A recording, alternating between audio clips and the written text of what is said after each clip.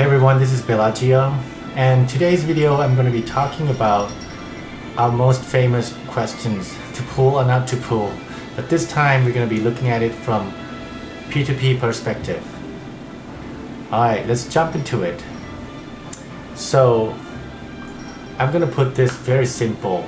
Let's imagine that we are walking into a big store. Let's call it Bandai store, okay? And this Bandai store, there are three legends that Bandai is putting in front of the store.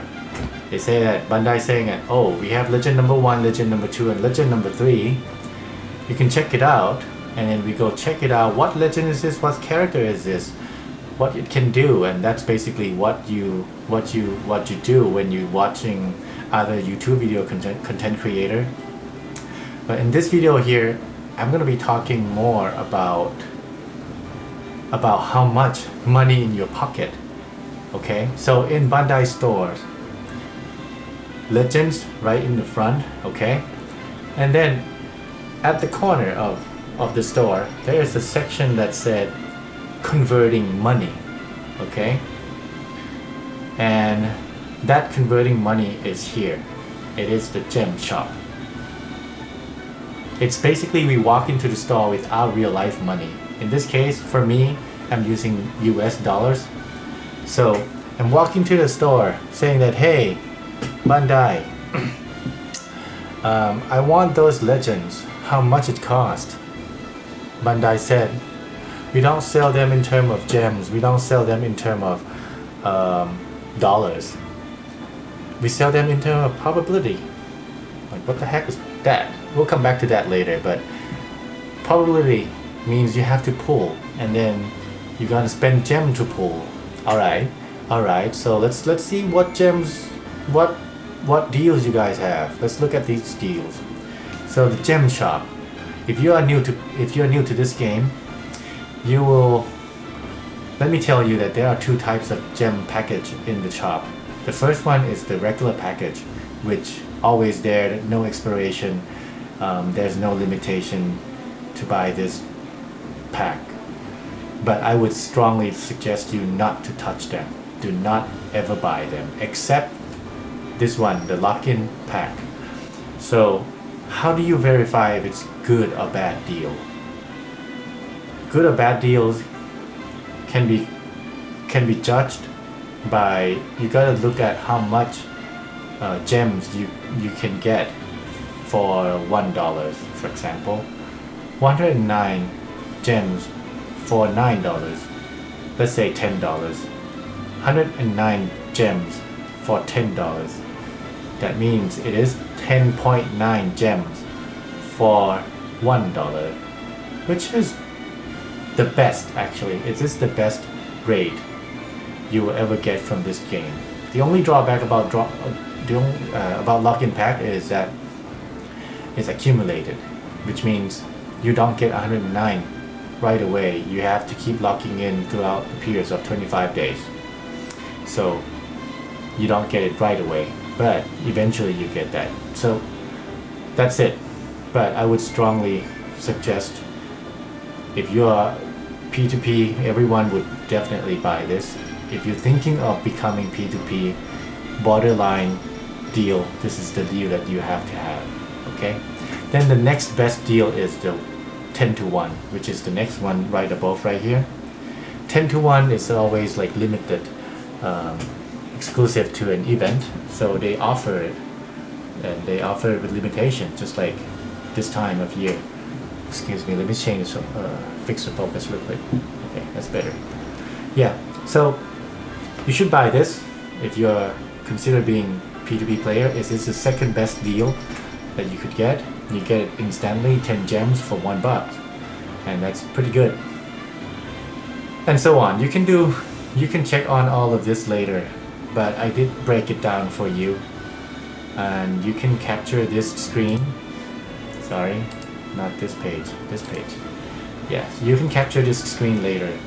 There are $10 gem pack, 60 gems pack, 110 gems pack, 265 gems pack, and 300 gems pack. So you can see everything except the 265 gem packs in the shop right now. And I highlight 265 gem packs because 265 gems pack for $100, it is comparable to 300 gems pack for $100. The reason that you don't see 265 gem packs at this time is because it is Annie. It's the biggest event of the year.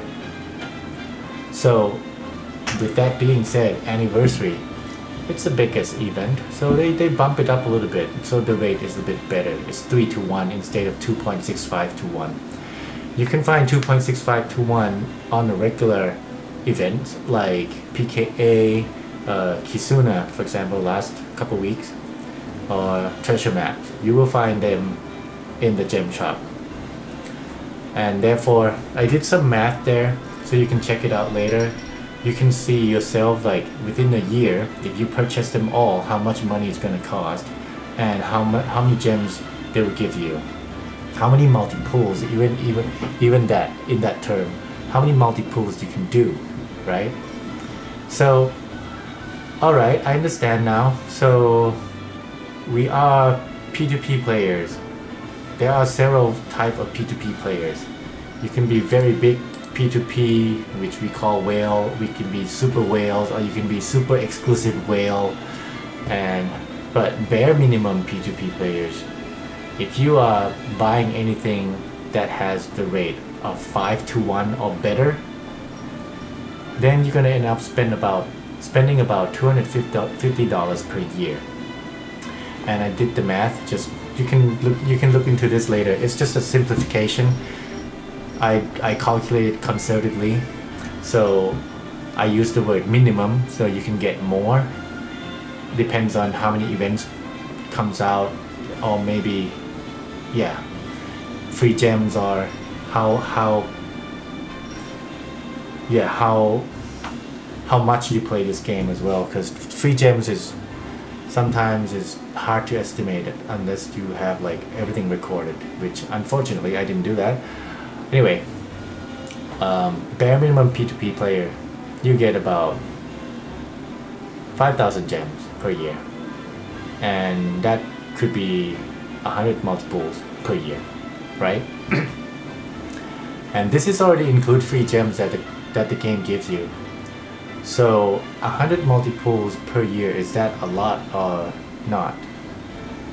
Let's go back to price tag. So price tag, in this case, in Bandai store, price tag is probability, right?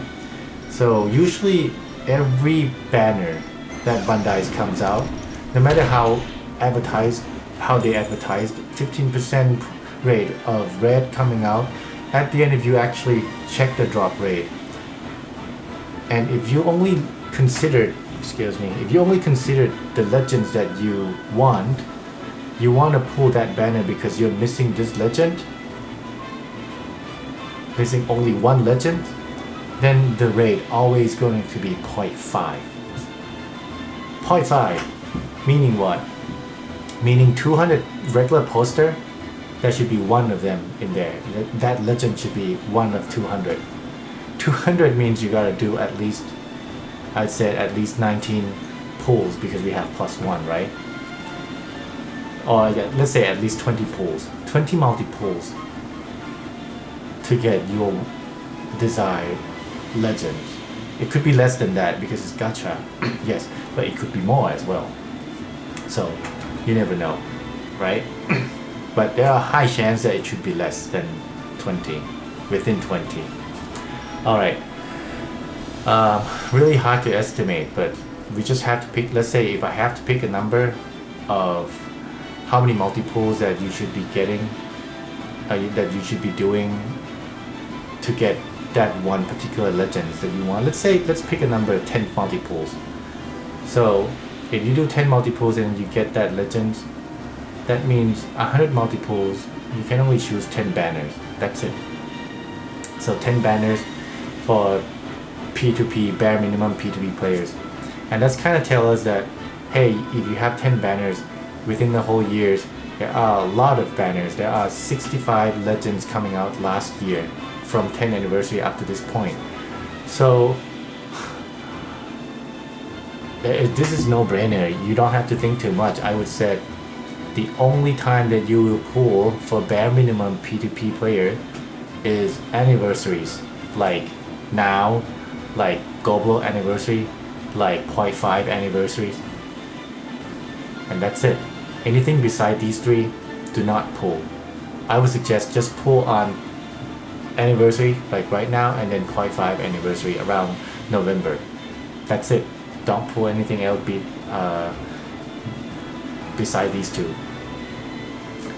Then that's kind of not a lot, right? If you don't pull anything else beside anniversary during the other month, like that, like every content that comes out, you don't have the legends that comes out on that event, then how can you clear the content?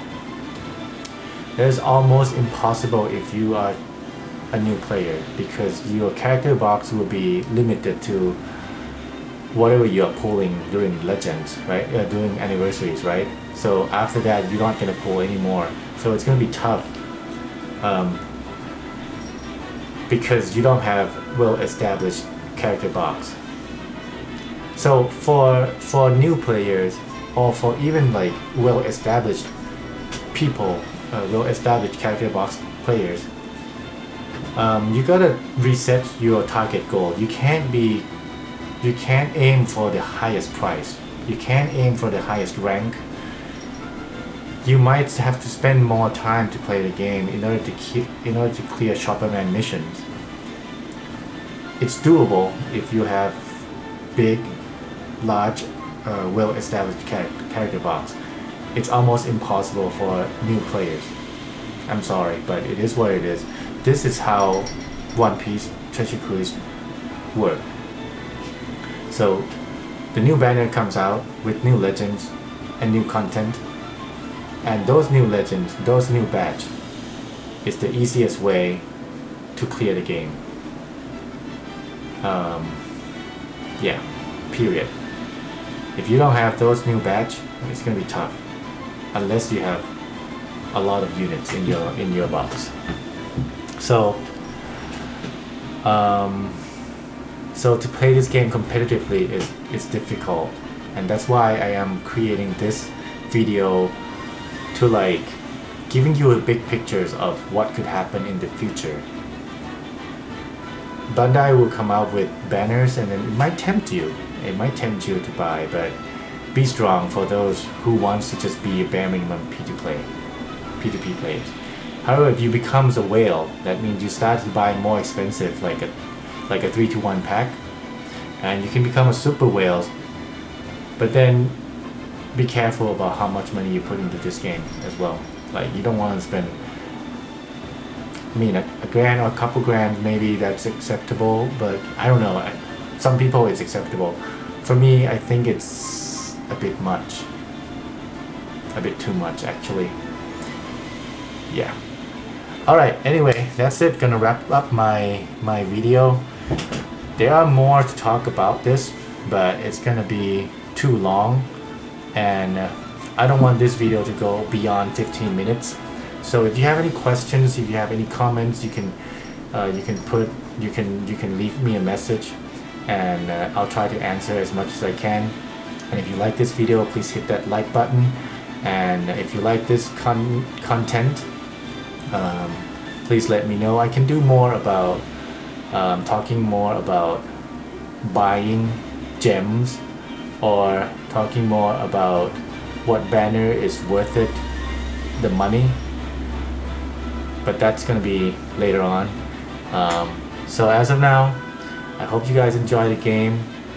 Don't spend too much if you're P2P players. Plan ahead, looking at it at a big picture, and so that you're not disappointed if the god of gacha is not on your side. Okay, and I'll see you in the game, or see you in the next video. Thank you.